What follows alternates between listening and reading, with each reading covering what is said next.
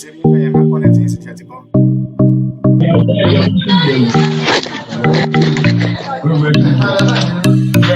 Hello.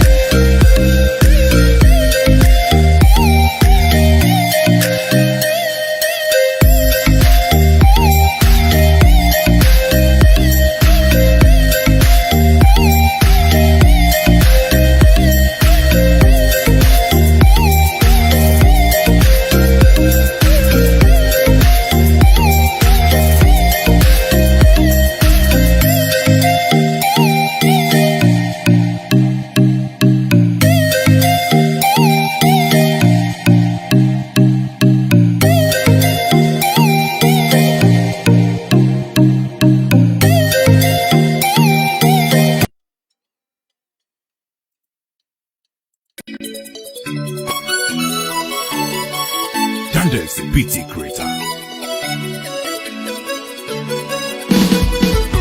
Yorùbá ní mi tọkàntọkàn, ọmọ Oduduwa ni mí. Yorùbá ní mi tọkàntọkàn, ọmọ Oduduwa ni mí. Yorùbá ẹ ronú jinlẹ̀ o, ẹ jẹ́ a jọ fìmọ̀ ṣọ̀kan. Dúró lórí Oduduwa nation, òmìnira làwa ń fẹ́. Gbé kémi gbé kájọ gbé, láò fi délẹ̀ ilé rí. Gbé kémi gbé kájọ gbé, láò fi délẹ̀ ilé rí. Tẹ̀yìn nítumọ̀ òmìnira ló dálé lórí. Ọ̀rọ̀ ẹ̀sìn kọ́ ní tèyí mi ò bọ́rọ̀ ẹ̀sìn wá rárá. Àìlásọ lọ́rùn pàkà sówó lápérò fáwọn kan.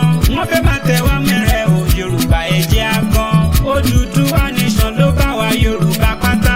Yorùbá ti lé 70 million wà lè dá dúró. Kí kálukú sọ̀rọ̀ lọ́tọ̀ọ̀tọ̀ ká lérè tá ó jẹ. Àìṣerú ẹ máa sọ wá dẹrú ṣe ti gbọ́. Solidarity forever. Solidarity forever. Solidarity forever. We shall always fight for our rights. Yorùbá ní mi tọkàntọkàn, ọmọ Oduduwa ni mí. Yorùbá ní mi tọkàntọkàn, ọmọ Oduduwa.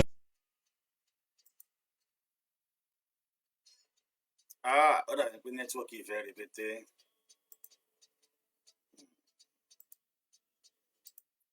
Ó máa ṣe nẹ́tíwọ́ọ̀kì ìfẹ́ dàrú lónìí o. Àlọ́ wa lónìí ni ẹ̀wẹ̀ Yorùbá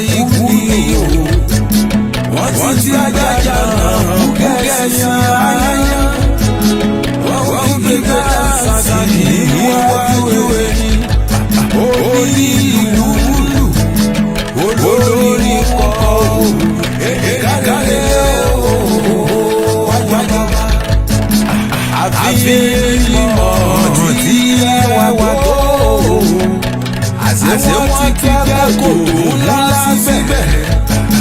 Lórí ibẹ̀ gan ni wọ́n fi àgàgà wá sí. Èrú yàtọ̀ ó fẹ́ lọ jòkó.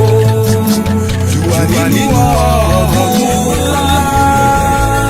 Èrú tí gbogbo lè dìde mọ́. Èrú yóò máa báyé ṣe rí. Ilé ayé mọ̀ gbẹ́gbẹ́gẹ́. Ìmọ̀ ẹ̀ lọ gẹ́gẹ́ kọ́kọ́. Èrí tí wo èrí ti lọ.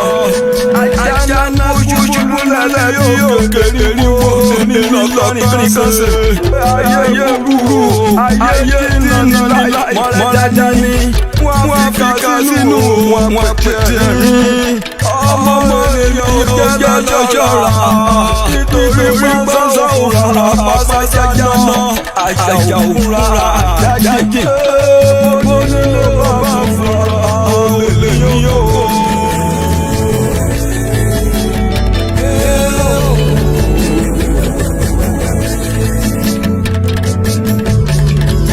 Ladies and gentlemen, the national anthem of the newly formed Oduduwa Nation.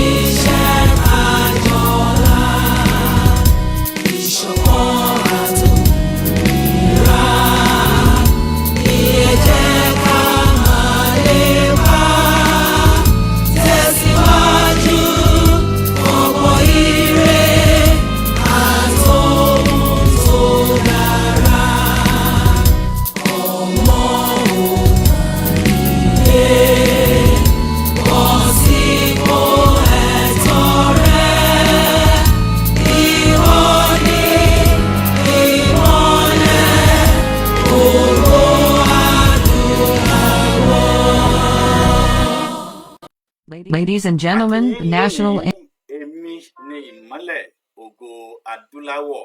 Ìwọ òun náà ni ìmọ́lẹ̀ ògo adúláwọ̀. Gbogbo wa pátápátá ni ìmọ́lẹ̀ ògo adúláwọ̀ torí pé ọmọ ológo ni wá. Ọmọ ológo òun náà ni wá torí pé àwa gangan òun ni wọ́n ń pè ní ìmọ́lẹ̀ ògo fún adúláwọ̀. Ìmọ́lẹ̀ ọ̀hún Ọlọ́run ọba ò ní jẹ́ kó wọ̀kùn. Ìmọ́lẹ̀ ẹnìkọ̀ọ̀kan wa lágbára Ọlọ́run kò ní wọ òkun.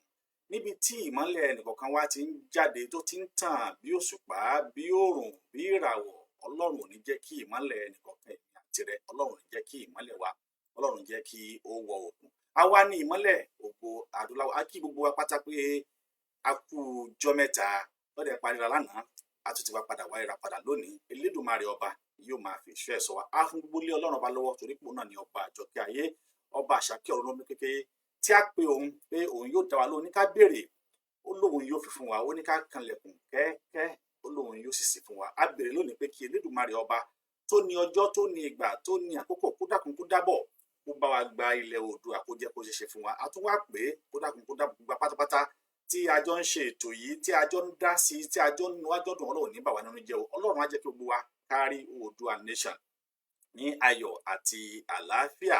A tún wá kanlẹ̀kùn fún ìdùnnú, ilẹ̀kùn fún ọrọ̀, ilẹ̀kùn fún àṣeyọrí, ilẹ̀kùn fún ìgbéga lẹ́nu iṣẹ́, ilẹ̀kùn fún orí, ilẹ̀kùn fún lẹ́tà ayọ̀ ní ilé ẹnìkọ̀ọ̀kan wa. Kọ́lọ́run dákun kó dábọ̀ kó má fi lẹ́tà ayọ̀ kó má fi wọ́n ẹnìkọ̀ọ̀kan wa. Àwa bẹ̀ Ọlọ́run kó bá wa tilẹ̀kùn mọ́ ìbànújẹ́ ó kéré tóbi, Kọ́lọ́run kó bá wa tilẹ̀kùn mọ́.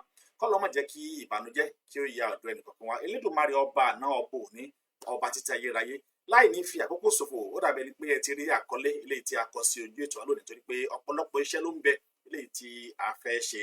A ní àwọn nǹkan tí a fẹ́ gbé yẹ̀wò lónìí, ṣùgbọ́n a máa gbé àlejò wa wọlé láìpẹ́ yìí. Kí ni tí a fẹ́ gbé yẹ̀wò náà ni wípé ìran Yorùbá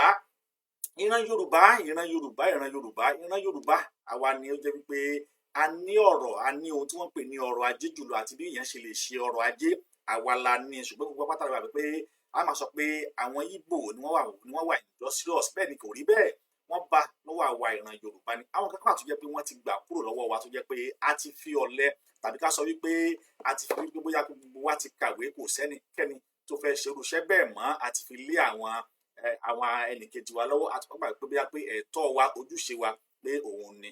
Nísìnyí àti wá dúpẹ́ lọ́nà pé níwọ̀n ìgbà tí a ti ń polongo pé a fẹ́ gba ilẹ̀ Oòduà, tí a ti ń pẹnu pé ilẹ̀ Oòduà dandan ni, ọ̀pọ̀lọpọ̀ àwọn nǹkan wọ̀nyí òun náà ni a ti ń pè wọ́n padà wá sílé. Ọ̀pọ̀lọpọ̀ ohun tó rújú la fẹ́ kí àwọn èèyàn kí wọ́n mọ̀ látàrí wípé Yorùbá ti ń ṣe bẹbẹ ṣáájú kí bẹbẹ ó tó máa dé. Yorùbá ti ń dára ṣáájú kí alára gan tó máa dára tiẹ̀. Bẹ́ẹ̀ ni àwa ni ọmọ ajílàlá ọ̀ṣọ́, kì í ṣe Ẹdẹ nìkan ni wọ́n máa ń kí bẹ́ẹ̀. Àwa tún lọ máa jígbà ọjọ́ bó dára bí egbin ìran wa ni. Àwa náà ni, torí pé àwa náà ni, kò sẹ́ni kankan tó jẹ́ tí ìṣe ìran Yorùbá. Tá a bá wò wá rí pé káàkiri orílẹ̀-èdè òun náà ni Yorùbá ti tàn dé. Kódà ó ti kan China.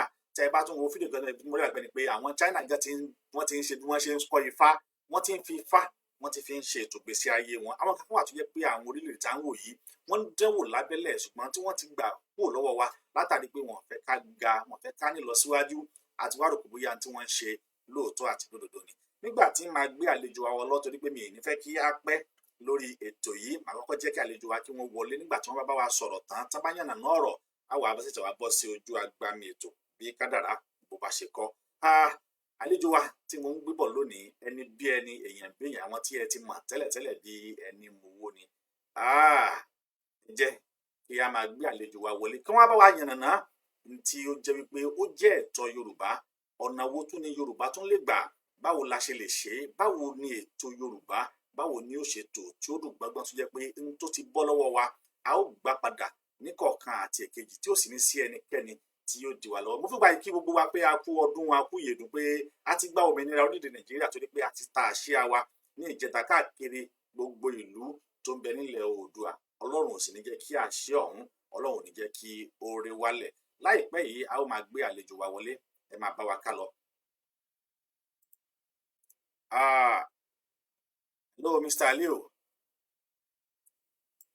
Hello, sir. Hello. Hello, sir, Mr. Aliu. Hello. Ẹ kú iṣẹ́ òní o. Ọpẹ́ ni fọ́lọ́run.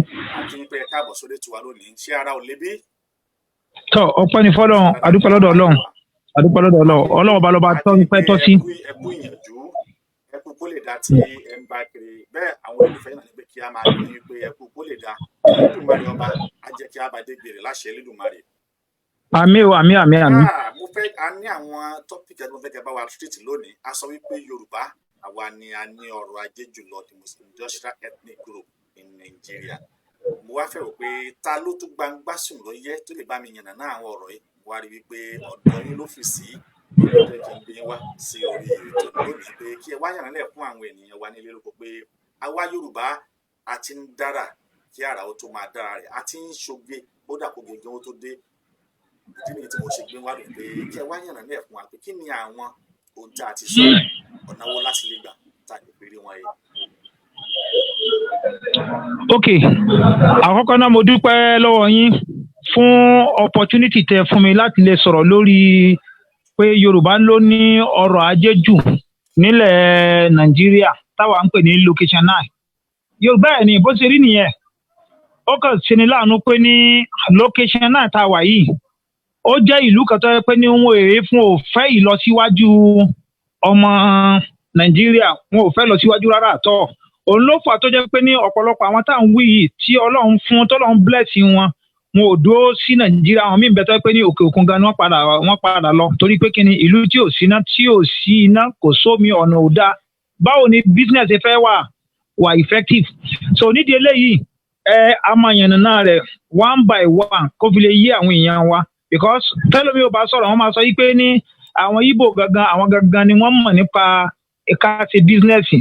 Pé investment, tá a bá sọ̀rọ̀ nípa investment tọ̀, ètò ọrọ̀ ajé ni everything pé Ìgbò ni báyẹn kọ́ rí o kò rí bẹ́ẹ̀ rárá tọ́ igi mójìnà síná gbogbo ẹ̀ la máa yànnà náà rẹ̀ lónìí adúpẹ́ púpọ̀ lọ́dọ̀ Ọlọ́run. mójìnà sí orí ẹ ṣe gan ni wọ́n ní gbogbo ẹ̀ òun ni a ó yànnàná lónìí abẹ́rẹ́ bí ẹnìkan ó ní my regards to Mr. Aliu is being going around all over the platforms.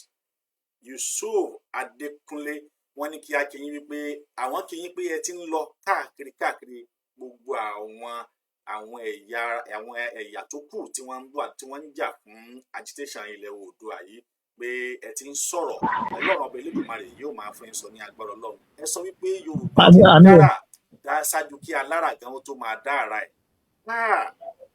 àjẹ́ pé lónìí ẹ dira wá nìyẹn o ẹ dira gidi wá àbí mo sì ní kọ ìbéèrè tí àwọn ènìyàn bá ń bí léèrè. bẹ́ẹ̀ni ẹ ti gbọ́ tí bàbá wa sọ wọ́n náà àwọn ò kọ ìbéèrè èyí tó bá wù yín tí ẹ fẹ́ béèrè pé lónìí àwọn fẹ́ tú pẹrẹpẹrẹ ọ̀rọ̀ àwọn fẹ́ wọnú kò mú òkun eléyìí wọ́n fẹ́ kọnu kò mú òkun wọ́n fẹ́ fa ọmọ Yorùbá jáde kúrò níbi tá a dá sí látàrí wípé a ti pa àwọn iṣẹ́ wa tì a ti wá gbélé ran Haúsá lọ́wọ́ àti Ìgbò bẹ́ẹ̀ ni ló ṣe lóòótọ́ nìyẹn wọ́n wá fẹ́ gbé wa padà wọ́n fẹ́ ta wájú níbi tá a sọ pé ọmọ Yorùbá dìde torí pé àwa ni ògo adúláwọ̀ tí wọ́n bá sì pè ní ògo adúláwọ̀ ó gbọ́dọ̀ máa control gbogbo all the resources that belong to him or that belong to them wọ́n gbọ́dọ̀ máa control ẹ̀ àwọn ló yẹ kó máa disseminate àwọn information àwọn nǹkan fún àwọn èèyàn lẹ́nu ìjọ mẹ́ta yìí àwọn Fúlàní wọ́n ní wọ́n ti dínà pé àwọn ògbóúnjẹ wá nílẹ̀ Yorùbá àmọ́ sọ wá yẹ kó rí bẹ́ẹ̀ kó yẹ kó rí bẹ́ẹ̀ torí pé apẹ̀lá wa ní ògo adúláwọ̀ eléyìí mo fẹ́ kí wọ́n bá wa yàn ní òní àlejò mi ṣe kí n tún ilé àbí kí n sì dín lọ́wọ́ mú ná. ṣé ń gbọ́ mi o mo ní ṣé kí n tún ilé àbí kí n sì dín lọ́wọ́ mú. ẹ tú mi lẹ̀ o. tọ́ ó dáa ẹ tú mi lẹ̀. ó dáa mo wá fẹ́ tún ilẹ̀ sí gbàgede ọ̀rọ̀ báyìí gbogbo ènìyàn ẹ tẹ́tí lẹ́kọ̀ọ́ ẹ jẹ́ ká jọ gbọ́ wẹ́rẹ́wẹ́rẹ́ ọ̀rọ̀ ẹ jẹ́ ká jọ gbọ́ bí tí ọ̀rọ̀ ti bẹ̀rẹ̀ níbi tó dé láàárín níbi tí ó parí sí àti níbi tí àwa ọ̀dọ́ pátápátá a ó ti mú ṣẹṣẹ mo tún yín lẹ̀. ok a dúpẹ́ lọ́wọ́ Ọlọ́run ọba tó dá wa ọba tó dá ń tó mí ọba tó ń dá ń tí ò mí ọba tí ó máa lọ gbére ọba tó jẹ́ pé ní kì í sùn ọba tí ò sẹ́ni kankan tó lè control rẹ̀ òun ló ń control wa ọba tó yẹ pé ní ọwọ́ rẹ̀ náà láti lè wá ìrànlọ́wọ́ lọ a lè rí ìrànlọ́wọ́ lọ́dọ̀ ẹlòmíì àfi ọ̀dọ̀ Ọlọ́run ọba gangan lọ́ba tó dá wa òun là ń pè ní ọba adẹ́dá kì í ṣe ẹ̀dá adẹ́dá lọ́lọ́run àwa dúpẹ́ lọ́dọ̀ Ọlọ́run ìpè ní adá ọjọ́ pé lónìí nídìí eléyìí lórí tọ́pìkì wa tá a sọ náà ni tá a bá ń sọ̀rọ̀ nípa industry nílẹ̀ Nàìjíríà àwọn ẹ̀yà tá à ń pè ní Yorùbá káàárọ̀ oòjíire àwọn ni the most industrious ní location náà nípa industry o nípa investment ní Nàìjíríà ilẹ̀ Yorùbá ni nídìí eléyìí ẹ rí i pé níta bá ń sọ̀rọ̀ nípa investment oríṣiríṣi investment ló wà oríṣiríṣi àwọn iléeṣẹ́ ló wà téèyàn ti lè invest irú ẹ̀ ẹlòmíín bẹ tó pé ní ibi tó invest sí lórí mò ń bọ̀ o.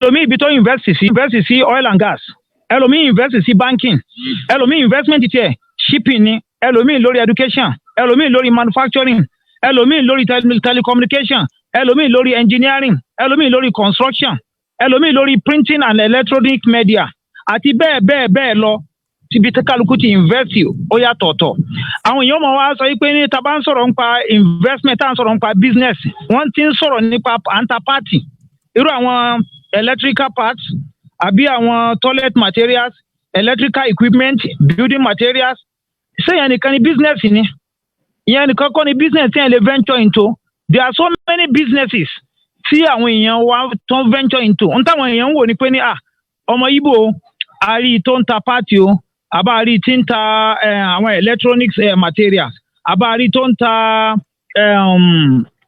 kí ni wọ́n ń pè kí ni tí ń jẹ́ àwọn kan toilet àti bẹ́ẹ̀ lọ wọ́n ti wá believe pé ní àwọn nìkan ni wọ́n mọ business ṣe bẹ́ẹ̀ sì ni kò rí bẹ́ẹ̀ tá a bá ń sọ̀rọ̀ nípa pharmaceutical industry lápèjúwe lápèjúwe tá bá sọ pé ní Ọlákúnlé Ẹkúndayọ̀ Ọlákúnlé Ẹkúndayọ̀ òun ló ní drug field pharmaceutical which is the first in Nigeria and Africa.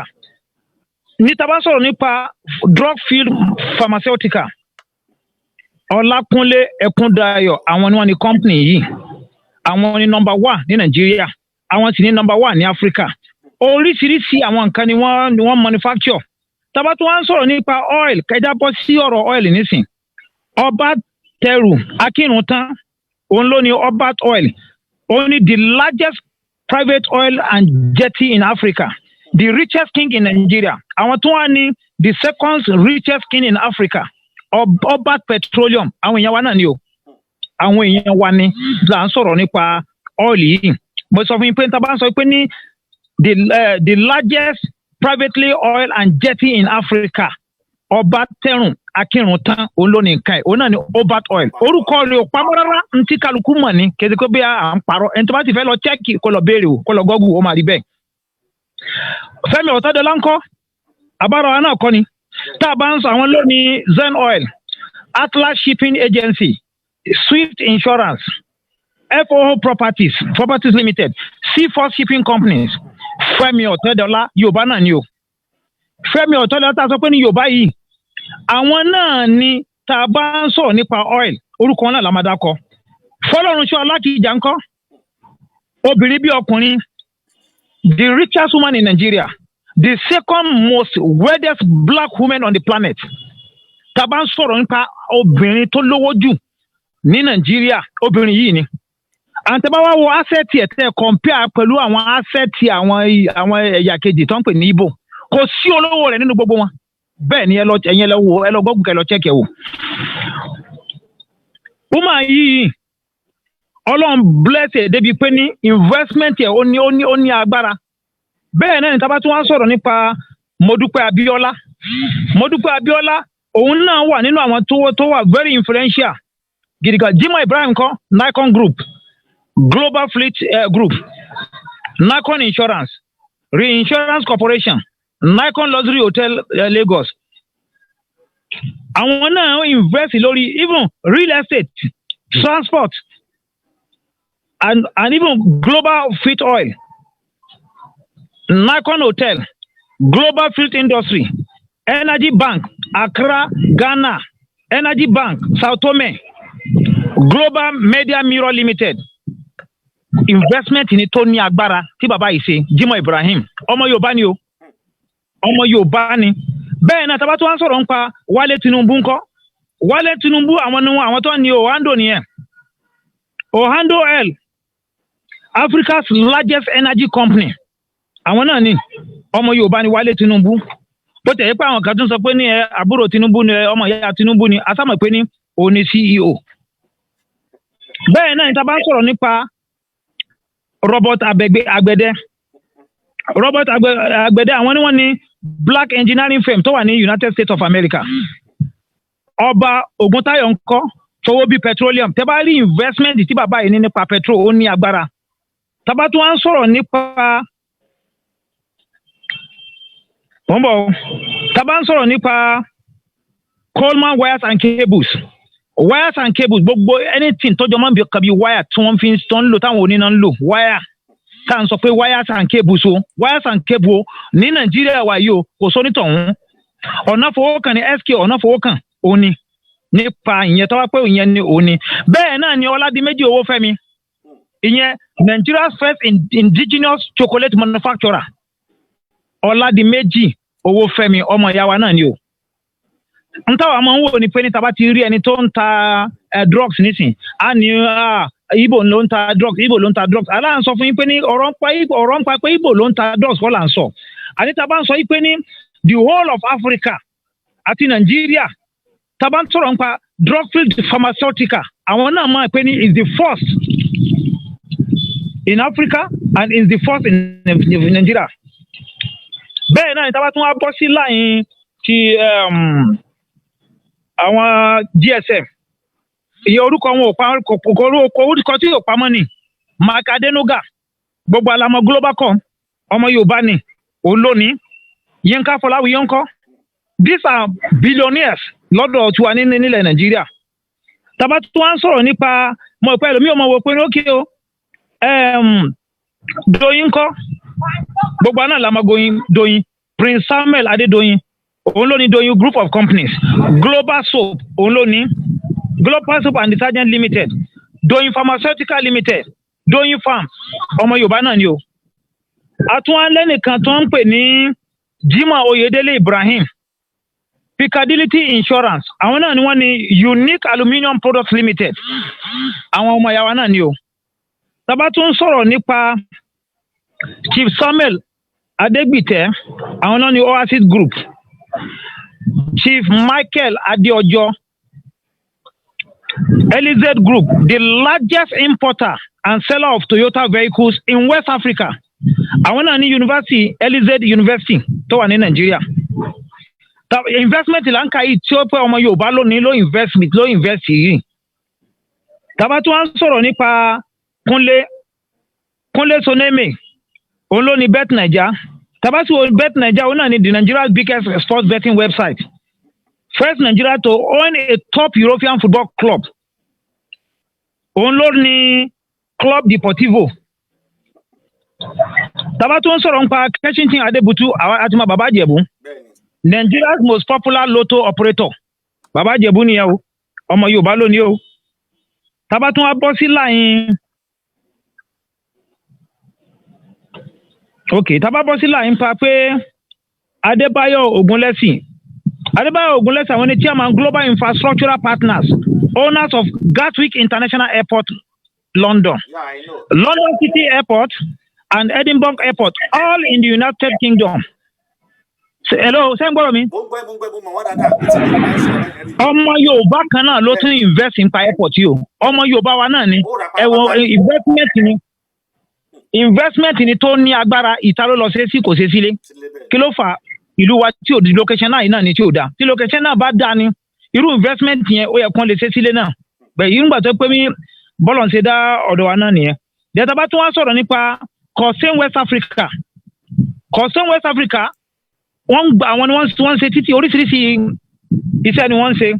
Shoreline Energy International ta ló ní Kọ́lá Karim ló ní o. Kọ́lá Àlùkò ló ní Atlantic Energy. Dàpẹ́ Abíọ́dún àwọn náà ní Hiding Oil and Gas. Tọ́pẹ́ Sanusi òun ló ní Sahara Energy.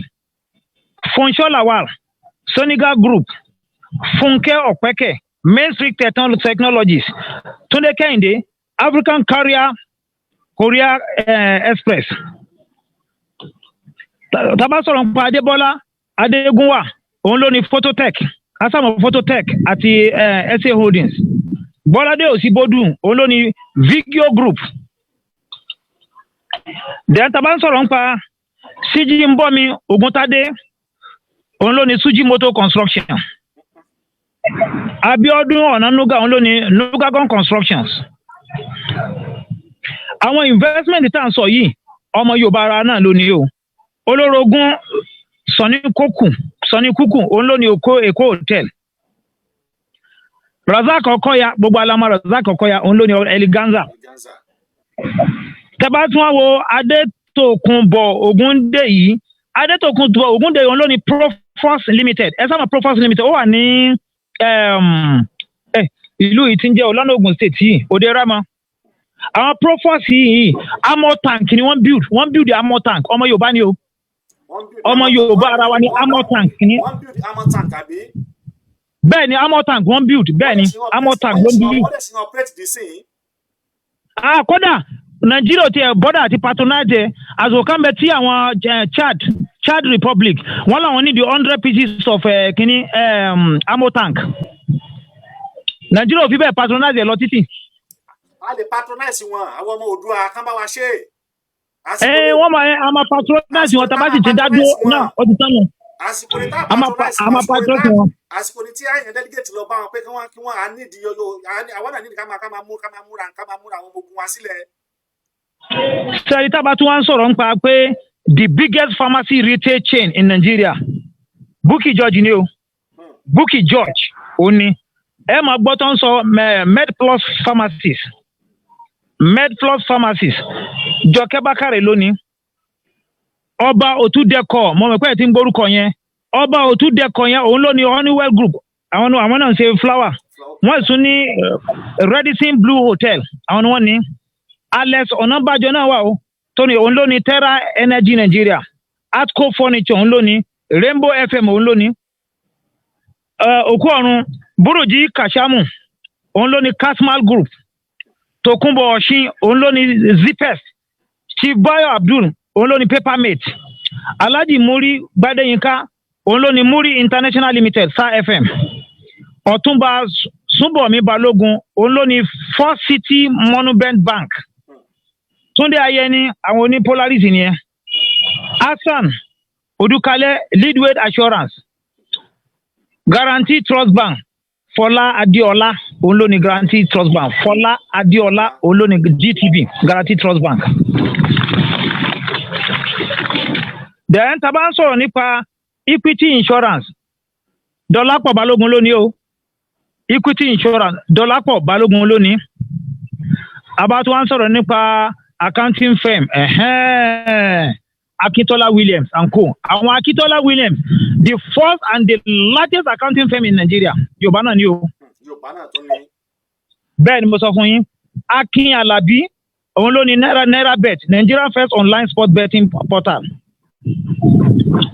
Ẹ bá gbọ́ tó ń sọ pé Wasco Pools and Lottery ọmọ Yorùbá ló ní o Adéwálé Òsínúbì òun ló ní Táyọ̀ Ayẹni òun ló ní Sky Meat Motors.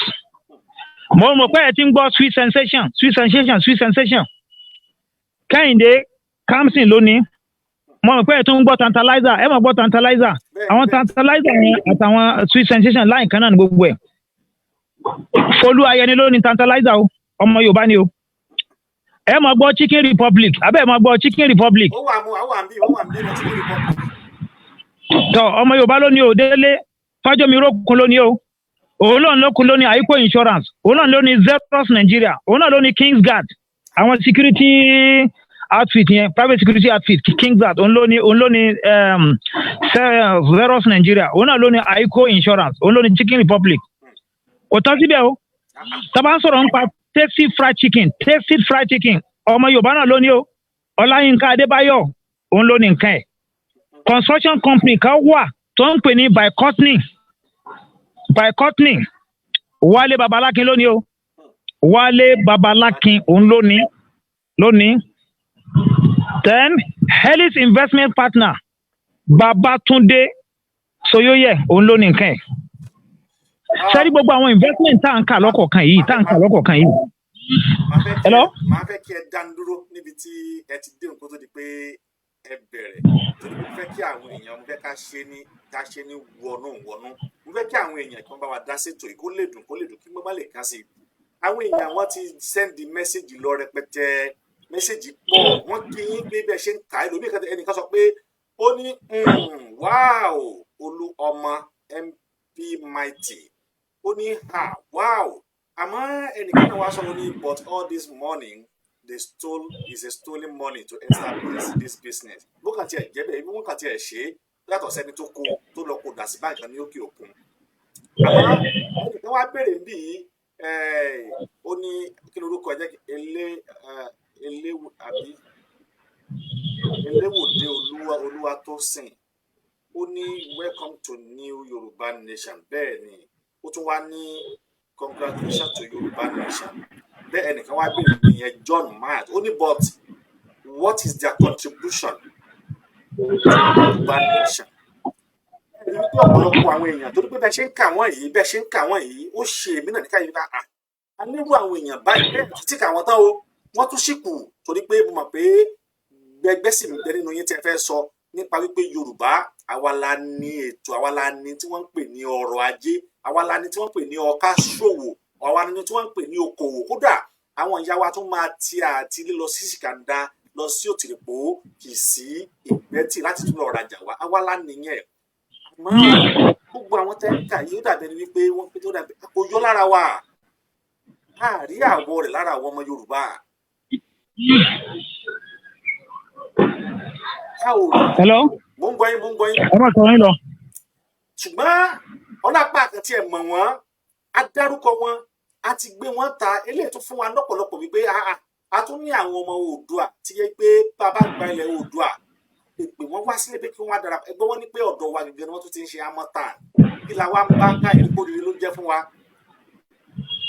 ìrìkórìíre ni ṣùgbọ́n ẹnikẹ́ni tó bá ní ìbéèrè láti béèrè ẹ dákun ẹ fi ìbéèrè yín ẹ fi ṣọwọ́ àlejò mi ṣetán láti dáhùn gbogbo ìbéèrè èyí tó bá wù yín tí ẹ bá fẹ́ béèrè lọ́wọ́ wọn àwọn kan tó ní káàkiri wọ́n ní this video can be rewatched bẹ́ẹ̀ ni ẹ tún lè wò ẹ lè rewatch ẹ bẹ́ẹ̀ ni ẹ lè tuntun wò àwọn yẹn béèrè pé ṣáwọn lè tún wò ẹ lè tún wò mo fẹ́ kẹ́ ẹ yá àlejò mi ẹ continue.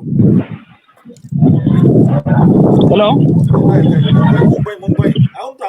Sẹ́rí ẹni tó béèrè pé ní kí wọ́n ní àwọn àǹfààní ẹ̀. Wọ́n sọ pé kí láǹfààní ẹ̀ nígbà tó pé ní ṣé gbogbo àwọn investment a sọ yìí àwọn tó ń ṣiṣẹ́ bẹ̀ ṣé ìwé tọmọ Yorùbá ni. Ṣé àwọn tó ń ṣiṣẹ́ bẹ̀ ṣé àwọn adarun ló wà ń bẹ̀ ni. Ṣé bọ́mọ Yorùbá ara wa ni. Àwọn míì náà ń bẹ tó pé ní àwọn náà wọn invest sílé ìta gan náà lọ invest sí. Bírò ìta sọ pé ní Gatwick international airport yẹn ìta ló lọ invest sí. Bẹ́ẹ̀ irú àwọn tó wà nílé nísìn tá a bá fi lè dá dúró inú tí wọn náà máa dùn torí pé kí ni business wọn gan máa rí yàtọ̀. Èyí federal government wọn ò encourage ok sábà láwọn tó ń ṣe mọ́tò bí ó tẹ̀ pẹ́ mi ò tí ì kà débẹ̀ ẹnìkan ló ń ṣe jẹ́ẹ̀tì ọmọ Yorùbá wa ni tó ń ṣe jẹ́ẹ̀tì lórúkọ ọkọ̀ mọ́tò tó ń ṣe instead tó yẹ kó patronize ẹ̀ wò patronize a young guy kò ju nǹkan bí 30-something years lọ ó ń ṣe mọ́tò tó wà òkè lẹ́kọ̀ọ́ gan ló ti ń ṣe ìkànnì tó ti ń ṣe electric motors tẹ́pẹ́ àwọn Canada kan gan wọ́n invite ẹ̀ pé kó wá sí ọ̀dọ̀ àwọn pé kó wá káwọn jọ sọ̀rọ̀ so kí ni mo fẹ́ fà yọ ni pé ní àwọn tó jẹ́ ọmọ wa tó jẹ́ ọmọ káàárọ̀ òjíire tọ́lọ̀ ń bless wọn wọ́n pọ̀ but kí ló fà tó fi jẹ́ pé ní àwọn gan wọn ò wà bìkítà torí pé ìlú tá a wà kìí ṣe ìlú tó ń fẹ́ ìlọsíwájú wa kìí ṣe ìlú tó ń fẹ́ kó jẹ́ pé kí nǹkan yẹ kó bí kí nǹkan ṣe dábàá wò ẹnìkan sọ̀rọ̀ nípa pé ní kí ni àǹfààní tó ń ṣe fọ́mọ Yorùbá kí ni ìwúlò wọn kí ni kankan wọn by the time tí kálukú bá ti dá dúró tí Yorùbá dá dúró tí Ìgbò dá dúró táwùsá dá dúró tí àwọn oríṣiríṣi àwọn ẹ̀tí kálukú lọ nílò tiẹ̀ tá a dá dúró ẹ máa rí àǹfààní wọn ní pírọ̀dì yẹn bẹ́ẹ̀ nísìnyí gbogbo ẹ ti lúpọ̀ ìmí tó bá ní branch ní state mi ọmọ ìlú bẹ́ẹ̀ náà ló máa kó sí kò ní kó máa káàró jí rẹ̀ nìkan sí àmọ́ tá a bá dá dúró ohun inú tí wọ́n gan dùn investment àìmọye àwọn èèyàn wa tó pé táwọn náà wà níta tó bá rí i pé àwọn èèyàn ló ń serú nǹkan báyìí àwọn náà lè mọ wọ́n máa wà encourage pé yes ó yẹ káwọn náà invest sílé so irú àwọn investment tí wọ́n tó ń ṣe yìí àbọ̀dọ̀ dànù káwá sọ pé ní ohun òsè nǹkan wọ́n ṣe nǹkan kan o ẹni tí ó invest ńkọ́ ẹlòmíín bẹ kò invest rárá gbogbo investment yẹ ìta ló lọ sí ẹlòmíín bẹ òun ò tiẹ̀ invest ó kó pamọ́ ni ìmí sì ń bẹ tó pé ní ibi tó ń lọ kó pamọ́ sí tí eku owó èèyàn ò lè wúlò fún mọ́ ó lọ kó pamọ́ síbi owó tí ò lè ná tán bílíọ̀nù wọn kó pamọ́ ibi tí ìlú tó wà tẹ́ pé ní àtijẹ àtimu ó le koko fún àwọn èèyàn ò róúnjẹ jẹ ìyẹn mẹ́rin ló róúnjẹ jẹ nísìn ẹlòmíì ó jẹ tàárọ̀ kò jẹ tọ̀sán ẹlòmíì tọ̀sán ló jẹ kò jẹ talẹ́ ẹlòmíì àti tàárọ̀ àti tọ̀sán kò rí nǹkan kan jẹ bá a ṣe ń sọ̀rọ̀ yìí kí ló fà á torí pé ìlú tá a wà kìí ṣe ìlú tó ń fẹ́ ìlọsíwájú ọmọ èdè ènìyàn kìí ṣe ìlú tó fẹ́ àwọn ò fẹ́ kí káwọn èèyàn ó rí jẹ àwọn ò fẹ́ kárí mu n táwọn ń fẹ́ ni pé ní kí ọ̀pọ̀lọpọ̀ máa sọ́fà ẹ worú TV Continental nísìn whether we like it or not sábà àwọn kan ló máa ṣiṣẹ́ ń bẹ̀ tó máa lọ dáná sun TV Continental kó wọ́n dáná sun ẹ dákun tó lọ apart from pé ní ẹni tó ní nǹkan ẹ̀ ipò wọn dáná sun nǹkan ẹ̀ àwọn tó ń ṣiṣẹ́ ń bẹ̀ ńkọ́. iṣẹ́ abọ́ lọ́wọ́ wọn. ẹ ti kọ́kọ́ family yẹn àwọn náà ní responsibility ó lè jẹ́ pé ní àwọn tó ń ṣiṣẹ́ ń bẹ̀ òun náà lọ́mọ tó ń rán ní yunifásitì bẹ́ẹ̀ èèyàn bíi 200 ló bá ń ṣiṣẹ́ ń bẹ̀ ní tíṣẹ́ bá bọ́ lọ́wọ́ wọn ẹ mọ̀ pé ní nǹkan kékeré kọ́ nìyẹn kan ńlá ló ṣẹlẹ̀ yẹn náà so investment tí àwọn Yorùbá wa ń ṣe òun náà là ń sọ fún yín là ń kà lọ́kọ̀ọ̀kan fún yín àwọn èso nígbà tẹ́ pé ní ẹ̀rí Ìgbò tó ń ta drugs àti wá sọ pé ní bàbá ńlá bàbá wọn nígbà bá ń sọ̀rọ̀ nípa drugs àti dárúkọ ẹ̀ fún yín kòtà bá ń sọ̀rọ̀ nípa drugs o ẹni tó jẹ́ ọ̀gá bàbá wọn òun náà ni Ọlákúnlé Ẹkúndayọ̀ àti sọ fún yín bẹ́ẹ̀ ni àti tún sọ fún yín pé nípa ọ́ọ̀lì gan tó ń pariwo a sọ pé ní the largest oil and jetting in Africa òun náà ni Obat oil. Obat oil tá a ti ń sọ̀rọ̀ rẹ̀ yìí nísìn whether we like it or not ilé tí a ló tà ti investing kò lọ invest sílé àbúrò dúpẹ́ lọ́wọ́ rẹ̀ náà kò invest síta ilé ló invest sí àwọn ọmọ Yorùbá kò ń ṣiṣẹ́ ń bẹ̀ ni àwọn ọmọ Yorùbá ló ń ṣiṣẹ́ ń bẹ̀ tá a bá ti ń sọ̀rọ̀ nípa ọba kò sí ọba tó lówó tó ní Nàìjíríà kò sí òun ni ọba ẹlẹ́ẹ̀kejì tó lówó jù ní gbogbo ilẹ̀ Áfíríkà kò sí olówó rẹ̀ ní Nàìjíríà bẹ́ẹ̀ mo sọ nínú gbogbo àwọn lọ́balọ́ba àwọn ọba yòókù ọba mi ń bẹ tó pé owó tó wà lọ́wọ́ wọn private jet wọ́n lọ rà private jet wọ́n gùn káàkiri wọ́n kó ìyàwó káàkiri ṣébi tó bá mi ṣe bẹ́ẹ̀ àmọ́ ó kó obìnrin ló kójọ ní ìfobìnrin ṣe kíní káàkiri ní jójó yà káàkiri tó bá bá fún nìyẹn. àlá tí wọ́n ti dàgbà nínú èjì wọn yẹn náà wọ́n bá. wọ́n kó obìnrin jọ. wọ́n tún ní àwọn ọmọ wa wà ní òkè òkun tí wọ́n ń ṣiṣẹ́ dókítà àtàwọn tí wọ́n ṣiṣẹ́ nọ́ọ̀sì tí wọ́n sì ń ṣe dáadáa lókè òkun. sẹ́rí gbogbo àwọn yẹn tá a bá ti dá dúró tá a bá ti ń control economy wa tí currency wa tó ti wà okay the next thing ẹ máa rí pé wọ́n máa sáwálé ni gbogbo wọn máa kó padà wá sílé aláwọ̀ ń sọ fún yín pé ní wọn ò ní resources tó wa àwa la ní resources jù wọn ò ní resources tó wa àwa lọ́lọ́run blessed with abundant natural resources both in men money and material but on tap làwọn resources yìí tap wọn a ní resources tọ́lọ̀ fi fún wa ọlọ́sì fún wa láwọn àwọn ọlọ́pọlọ pípé ọlọ́run fún wa nídìí eléyìí a máa bọ́ sí line education abẹ́ ní tẹ́fẹ́ béèrè ni. kò sí látọ̀dọ̀ tẹ̀lé báyìí kò tí ì sí ìbéèrè bẹ́ẹ̀ látọ̀dọ̀ àwọn èèyàn náà kò sí wọ́n kàn gbogbo ọkàn àwọn èèyàn kan kọ ẹ mọ̀ pé mo sọ tẹ́lẹ̀tẹ́lẹ̀ mo ní program tòní mo ní yóò rújú kódà òní ni mo fẹ́ sọ wípé mo rí ènìyàn tó wo program mi jù látijọ́ tí mo ti bẹ̀rẹ̀ torí pé Yorùbá ní pé gbogbo Yorùbá ló sọ bẹ́ẹ̀ gbogbo àìṣòdodo ó ní ẹsẹ̀ ni lónìí mo rí over 225 live online that it is today ni mo rí ènìyàn tó pọ̀ jù lórí program mi I'm seeing over 220 wọ́n ti já márùn-ún wálẹ̀ ń sè ní apá kìíní mo rí 217 ní apá kejì mo rí 220 adúpẹ́ fún gbogbo ẹ̀yin tí ẹni dára ẹ bá wa ṣe ètò yìí ẹni kí mo sọ mo ní ètò tòní mo ní gbọ́ngbọ́n kan sí mo ní rẹ́rẹ́ ó rẹ ẹnìkan sọ fún wa ó ní pé ó ní ẹ̀sánpù ọba Ìbàdàn èmi ò dá àwọn ọ̀dà pé àwọn ilé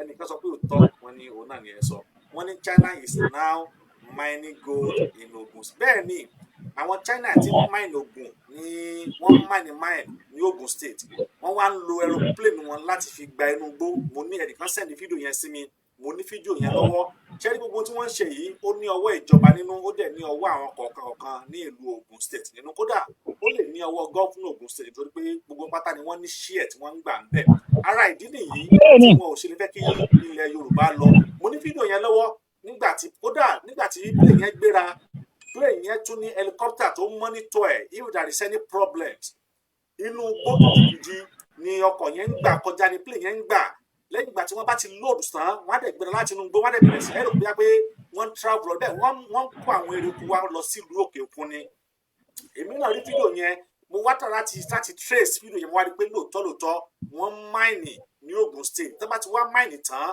illegal mine ni wọ́n wá lóòdù ẹ̀ sínú plane wọ́n á gbé travel out wọ́n ó ṣẹlẹ̀ bẹ́ẹ̀ a rí wípé ibi tá a bára wa ni ọmọ ẹlẹ́ran wa tó wá ń jẹ egun ọmọ aláṣọ wa tó ń wọ àkísà níbi tá a bára wa rèé níbi tá a bára wa délé léyìí níbi tí àwọn ìjọba níbi tí wọ́n bá délé rèé àwọn èèyàn ò ní ìbéèrè kankan mo fẹ́ kí ẹ tẹ̀síwájú tó mọ̀ pé ọ̀rọ̀ ṣì kù tí ẹ fẹ́ pọ̀ ta so ẹ dákun ẹ bá wa tẹ̀síwájú.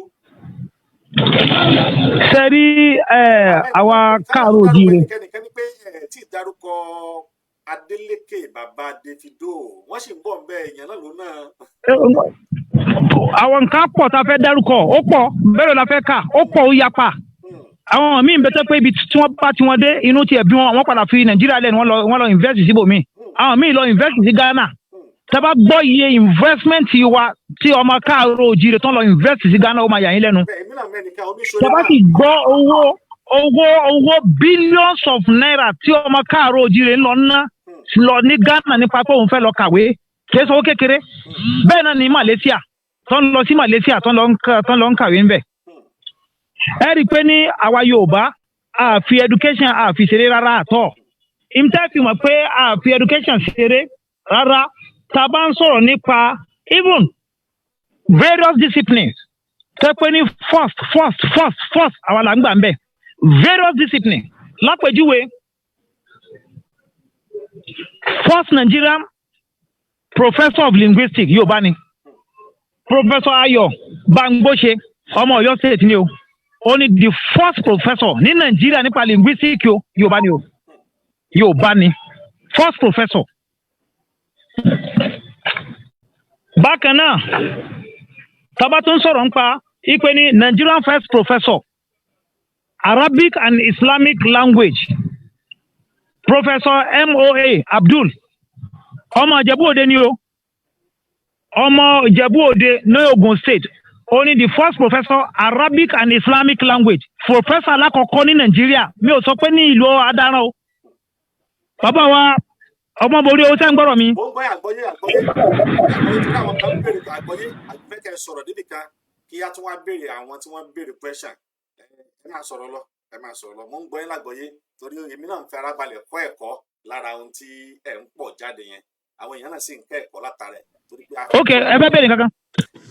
kì í ṣe bí ìbéèrè hello ẹ ló sẹ́ ń gbọ́ mi sà.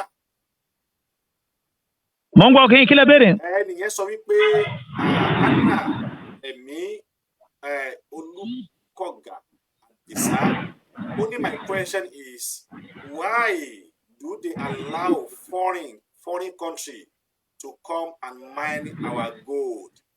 Àmọ́ yóò dà fún yín. ọmọ tó kẹ́ Akíngbólú máa spẹ́lẹ̀ Akíngbùlùgé ó ní for their own selfish interest. Ó dàbẹ̀ ni pé wọ́n ti dáhùn àwọn tẹ́ bá ní ìdáhùn sí ẹni yẹn ẹ bá mi dá ẹni yẹn lò. Sẹ́ẹ̀rí tá a bá ń sọ̀rọ̀ nípa àwọn illegal mining federal government àwọn ni wọ́n ní power láti anything tó bá jọ mọ́ nǹkan bíi mineral resources federal government ló ní power ń bẹ agbára mẹ́ta ló wà o nǹkan kan bẹ tó ń pè ní exclusive concurrent àti residual tá a bá sọ pé residual ibi tí state ti ní agbára nìyẹn àmọ́ tá a bá sọ pé ní concurrent ibi tí state àti federal government lágbára ni wọ́n ń pè ní concurrent àmọ́ tá a bá sọ pé ní under exclusive list àwọn nǹkan bẹ tó ń kọ kalẹ̀ tó ń sọ pé ní tó federal government nìkan náà ní power ń bẹ tá a bá sọ̀rọ̀ nípa police nísìn federal government nìkan ni tá a bá sọ̀rọ̀ nípa army nísìn federal government nìkan ni tá a bá sọ̀rọ̀ nípa navy ni air force ni àti gbogbo ẹ̀ báyìí bẹ́ẹ̀ lọ federal government nìkan ni tá a bá sọ̀rọ̀ nípa immigration federal government nìkan ni tá a bá sọ̀rọ̀ nípa custom federal government ni gbogbo àwọn kìíní ó ti wà lọ́ndà exclusive list tá a bá sọ̀rọ̀ nípa mineral resources natural resources gbogbo anything mineral resources yẹn federal government ló ní power ẹnìkan kò ní power lórí ẹ̀ bẹ́ẹ̀ federal government tó wá ní power ǹjẹ́ wọ́n lò wọn ò yà sí wọ́n abandon láfi sọ pé ní abundant resources ta ní they are on tap tap ẹ̀ akànfilẹ̀ bẹ́ẹ̀ ni sọlápá àfilẹ̀ bẹ́ẹ̀ state yóò sì ní power láti fi lè tamper àwọn kìíní wọ́n kàn focus lórí owó epo owó tó ń pa ní port authority owó custom owó tó ń rí nídìí tax àwọn tí federal government focus lé lórí nìyẹn wọn ò rẹ́dí wọn ò tap yẹn tó ṣe pé ní country míì ní mineral resources yẹn ni wọ́n ní ẹ wo bọ́jẹ̀tì South Africa nísìn bọ́jẹ̀tì South Africa ó tan sí bọ́jẹ̀tì Nàìjíríà wọn ò sì ní epo wọ́n sì ní mineral resources wọn ò ní epo bẹ́ẹ̀ ni wọn ò ní epo ní South Africa bọ́jẹ̀tì sùn ó sì tan sí tiwa mineral resources tó yẹ táwa sì ní àní mineral resources tápẹ̀ so kí ló wá ń ṣe ẹ wàá rí àwọn ọba àlú wọn wàá kó knife pẹ̀lú àwọn kan ní Nàìjíríà wọ́n máa wá wá àwọn bíi China wọ́n jọ pàdé pọ̀ wọ́n máa wá wá gold. àmì ìṣe bẹ́ẹ̀ onínú àwọn kéésì gbogbo ọba àwọn ọba àmì ìṣe bẹ́ẹ̀. ibùdó ọba kan wà ní ọba Iléṣà tó fẹ́ dìwà láàrin òun àti Ọ̀ọ̀ni nígbà kan òun àti ọba Ọ̀ọ̀ni tó wà ń bẹ́ẹ̀ sìn tí àwọn tí wọ́n ní pé wọ́n ń wá góòlù ní ìlú Iléṣà tọba yẹn ní pé òun lò fún wọn láṣẹ pé kí wọ́n máa wá góòlù mo gbọ́ sí àwọn ọ̀rọ̀ yìí bọ́tà àwọn àṣẹ táwọn bá ń fún ẹ̀ ó yẹ kó jẹ́ pé ìlú ibi tí a bára wa dé òun náà nìyẹn mo fẹ́ kẹ́ bá mi tẹ̀síwájú látara àwọn tí ẹ tún fẹ́ sọ fún àwọn èèyàn wa kí ni tó tún kù tí ẹ tún fẹ́ sọ fún wa torí àwọn. tá a bá ń sọ̀rọ̀ nípa first Nigerian professor of theatre and art first Nigerian professor theatre and art sakuni Yorùbá náà ni o Professor Joel Adeyinka Professor Joel Adeyinka Adedeji Yorùbá ni o theatre and art the first professor ní tá a bá sọ pa theatre and art ọmọ Yorùbá náà ni the same thing tá a bá sọ̀rọ̀ nípa the first professor of library and information science first Nigerian professor only Professor Mrs. Adetoun Ogunṣeye Yorùbá náà ni o bẹ́ẹ̀ náà ni first Nigerian professor of education kọ́lọ́nkóbọ̀nùkẹ́ Professor Aliu Babs Babafunwa Professor Aliu Babs Babafunwa ọmọ Ìsàlẹ̀ Èkó ni wọ́n o lẹ́kọ̀ọ́ ń bí o ni o Ìsàlẹ̀ Èkó àwọn ni the first professor of education ní Nàìjíríà wa yìí o pẹ́ǹtì kọ́kọ́ gba professor àwa ni o àwa ni. About to the first Nigerian professor of physical education Professor Oluwafemi Ajisafe látẹ̀kìtì ni bàbá yẹn ti wá o Professor Ajisafe àtẹ̀kìtì wọ́n ti wá the first professor of physical education Yorùbá náà ni o the first Nigerian professor of test and measurement Professor Ojerinde ọmọ Ìgbòho ni o àwọn pẹ̀lú Sunday Ìgbòho ọmọ ìlú kan náà ni wọ́n Ọ̀yọ́ state first professor of test and measurement first Nigerian professor of law Professor Teslim Ọláwálé láti Èkó ń bí náà ni o professor of law ìpè ẹ̀yìn kọ́kọ́ gba professor of law ní Nàìjíríà Yorùbá ni ní Nàìjíríà Yorùbá yìí náà ni bẹ́ẹ̀ náà ni the first Nigerian professor of agriculture Professor Victor Adenuga Oyenuga ọmọ Ìjẹ̀bú ni ní Ogun State ṣe ẹ̀ ń gbọ́dọ̀ mi. àgbọ̀yé mo ń gbọ́yìn àwọn èèyàn mo ń gbọ́yìn bẹ́ẹ̀ ṣe ń sọ yẹn ó yé mi. First Nigerian professor of animal science Professor Gabriel M. Babatunde ọmọ Afijio ni wọ́n ti wá ní l'Ọ́yọ́ State. First Nigerian professor of forestry Professor Kọ́ládé Adéyọjú Ìjẹ́ Èkìtì ni bàbá yẹn ti wá o.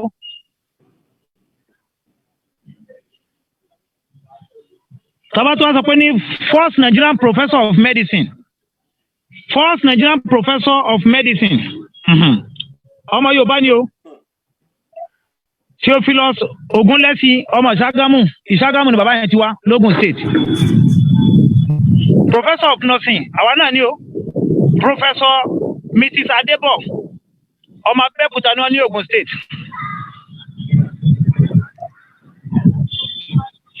First Nigerian professor of anatomy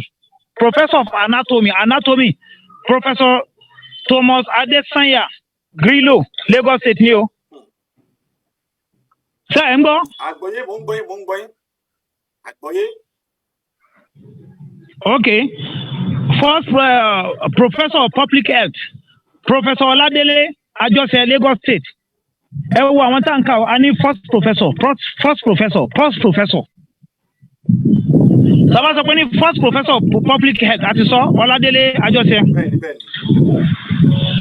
First Nigerian professor of pediatrics Professor Olikoye Ransom Kuti kọ́lọ̀fọ̀nùkẹ́ ọmọ Abẹ́òkúta ni o. First Nigerian professor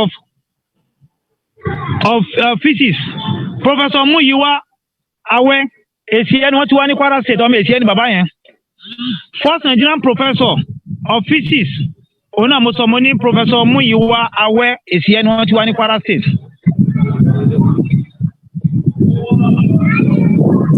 First Nigerian professor of geology Professor Mosobolaje Oyawoye Ọ̀fà ni wọ́n ti wá ní Kwara State. Tàbátàbá ń sọ̀rọ̀ nípa first professor of computer science Yorùbá ni o Professor Olúlóńgẹ́ the first Nigerian professor of computer science Yorùbá ni. First professor of computer science Yorùbá. First professor of chemistry Professor Stephen Olúwọlé Awókóyà àwa Ìjẹ̀bú Ògùn State. débi pé gbogbo ètò ẹ̀yìn látàárọ̀ ìtú jẹ́ pé dídá Yorùbá yìí eléyìí fi hàn wípé àwa ọmọ Yorùbá Ọlọ́run mọ̀ kẹwàá púpọ̀ o Ọlọ́run kẹwàá débi wípé àwa gan fún ara wa gan tó bí bẹ́ẹ̀ ṣe ń sọ yẹn gan èmi gan fún ara mi gan ara tèmi gan mò máa sọ pé nílẹ̀ Yorùbá òun náà láti ní àwọn ènìyàn tí wọ́n tí ọlá wọn tí iyì wọn tí ẹ̀yẹ wọn tó kún tó báyìí ní ilẹ̀ Yorùbá láti ní ọ̀pọ̀lọpọ̀ àwọn ènìyàn tí wọ́n pọ̀ jaburata tó báyìí ní ilẹ̀ Yorùbá yìí náà láti ní àwọn ènìyàn tó jẹ́ pé òkìkí wọn kàn láì níyì tó báyìí ẹni wípé Ọlọ́run ọba jíjára ni fún ìran Yorùbá Ọlọ́run ọba tó jẹ́ wípé ó ti mọ̀ wá ṣáájú kó tó dá wa ó tún wá dá wa tán ó tún wá mọ̀ wá ẹni pé ìran Yorùbá ìran aládé ni ìran tiwa ìran Yorùbá ẹni pé gbogbo tá a ti ń dá lára wo àwọn èèyàn tí wọ́n ti ń kà kalẹ̀ ẹ dákun ẹ bá wa ṣí ètò yìí ẹ bá wa ṣí aṣáájú pé ètò yìí ó gbọ́ ọmọ lẹ́yìn ojú ọmọ ẹ bá wa ṣí àti ẹnikẹ́ni ẹ bá wa ní ìbéèrè èyí tí ẹ fẹ́ bí àlejò mi léèrè àyè wà pé láti pè wọlé tẹ bá ní ìbéèrè tí ẹ fẹ́ béèrè ẹ sì lè pè ẹ sì lè fi ìbéèrè yín ẹ lè fi ránṣẹ́ sí orí móhùnmáwòrán wa yìí a ó kà á bẹ́ẹ̀ ni wọ́n sì kà sí àlejò wa mo fẹ́ bí léèrè kankan pẹ̀lú àwọn tá a ti wá kà kalẹ̀ yìí a mọ̀ pé ó ṣe ọ̀pọ̀lọpọ̀ ṣé gbọ́ mi sà.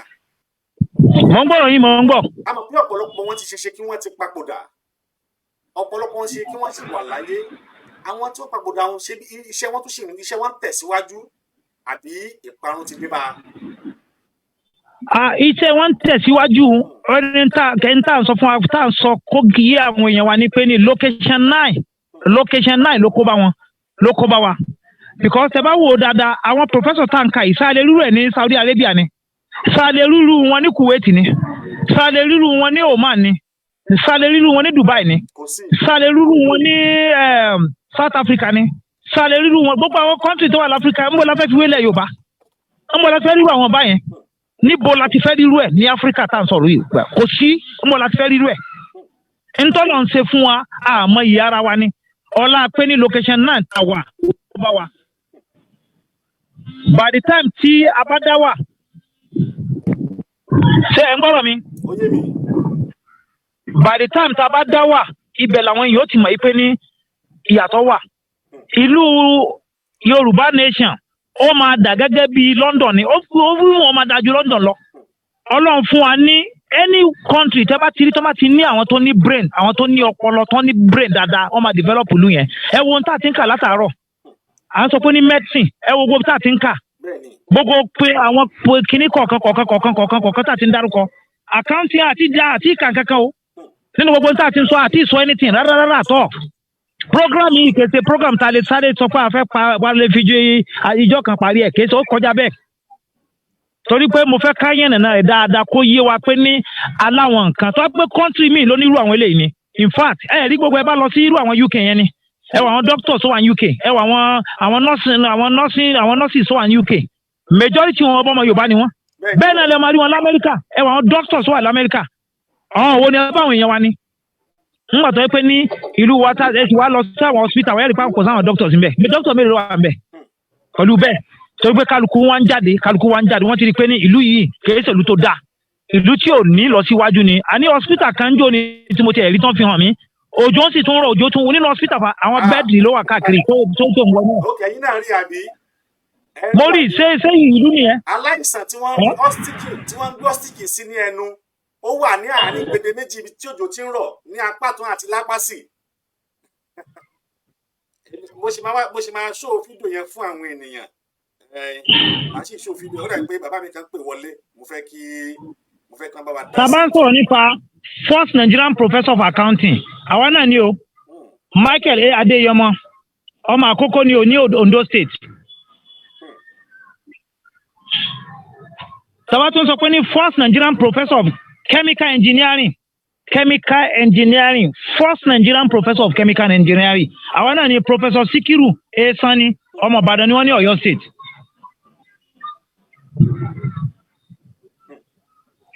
sẹ́mi pé tí mo sọ ní tí mo ní chemical engineering ni mo dákọ̀ o first Nigerian professor of civil engineering Professor Ifedayo Oladapo ọmọ Ondo State ni wọ́n.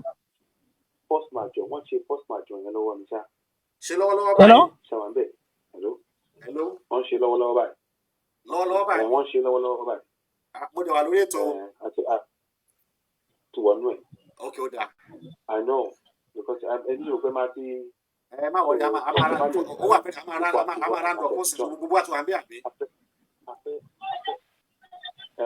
Okay, a máa rán dọ̀ kó sì ní àwa fún ní táìmù mi ọ̀dà.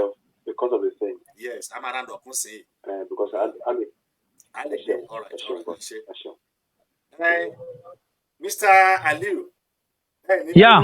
A ní force major eléyìí tí ó wà ń ta báyìí. So wọ́n á dẹ̀ fẹ́ lórí platform ọ̀dọ́ wa yìí torí ẹ̀ ni ó jẹ́ pé a máa tún fún ètò yìí ní ọjọ́ míì ní agbára Ọlọ́run.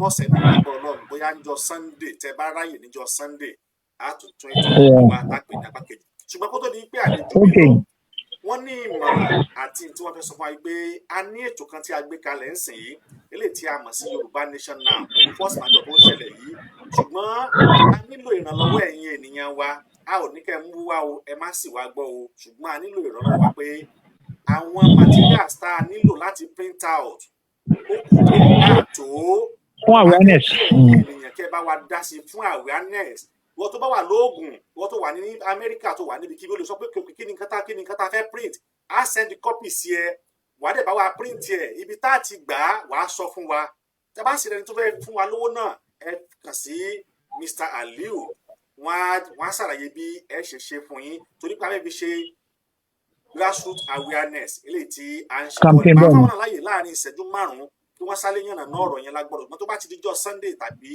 ọjọ́ Monday lágbọ́dọ̀ Ọlọ́run tábà ti yanjú bí a ṣe gbé wọn á wà gbé ètò yàgbé ní apá kejì àtòrí pé wọn àti sọ̀rọ̀ tó kù tí wọ́n fẹ́ sọ ṣùgbọ́n látàrí tí ó wà níta báyìí ìyẹn first man tó yẹ ká ti ṣe láti jẹta tá àti ìṣe láti bẹ̀rẹ̀ lónìí ó dọ̀la ṣe máa dáni dúró àmọ́ láàrin ìṣẹ́jú 5 ká tó lọ lórí ètò mo fẹ́ kí ẹ bá mi nana ohun tá a fẹ́ fún àwọn ènìyàn wa kí wọ́n sì náwó ẹ̀rọ kí wọ́n ná sí wa.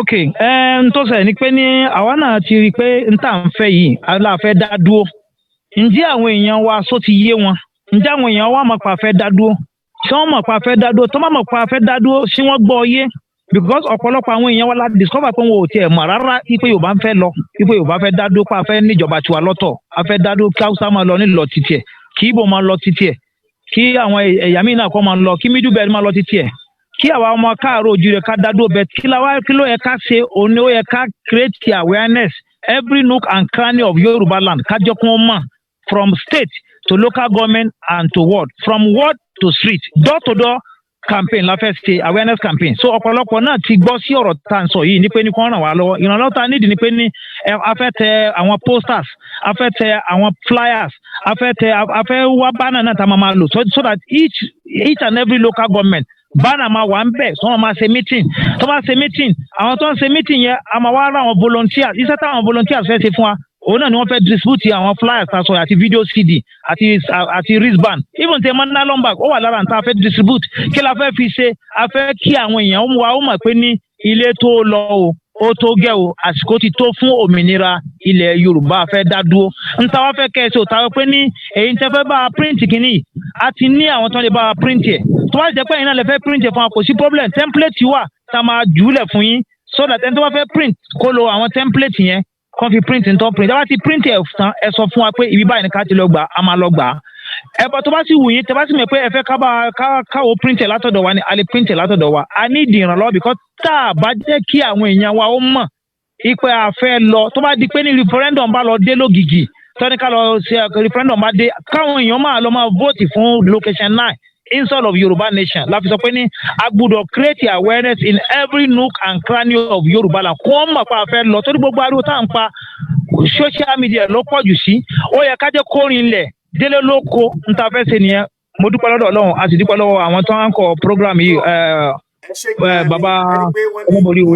ó wù ní kí ajẹrin pẹ́ lẹ́nu gbòǹgbòǹnà fún ni ò jẹ́ lágbára Ọlọ́run àtúnṣe ń gbètò yìí pẹ̀lú pé àti ìyànnà náà tán àtúnṣe ń padà bọ̀ àmọ́ látàrí tí ó sáré kan wà ní pàjáwìrì báyìí a sáré fi ojú òpó sílẹ̀ tí ẹ tún máa padà rí mi láìpẹ́ yìí láàrin ìṣẹ́jú 3 sí ìṣẹ́jú 5 tí a darapọ̀ mọ́ force major eléyìí tí ó lọ lọ́wọ́ ní location 9 títí di ìgbà tí a tún máa pàdé ní ìṣẹ́jú kan sí ìṣẹ́jú méjì mo kí Mr. Ali ẹ ṣé gan ni àwọn èèyàn wa ti gbọ́ mo dẹ̀ mọ̀ pé wọ́n á ó kàn sí wa látàrí bí àwọn náà ṣe kàn sí ní agbára Ọlọ́run ẹ ṣé púpọ̀ adúpẹ́ tí a pè tí ẹ jẹ́ wa Olódùmarè yóò gbé wa lóyún wa títí di ìgbà tí a tún máa pàdé ire kí a jọ fi rí ó dàbọ̀.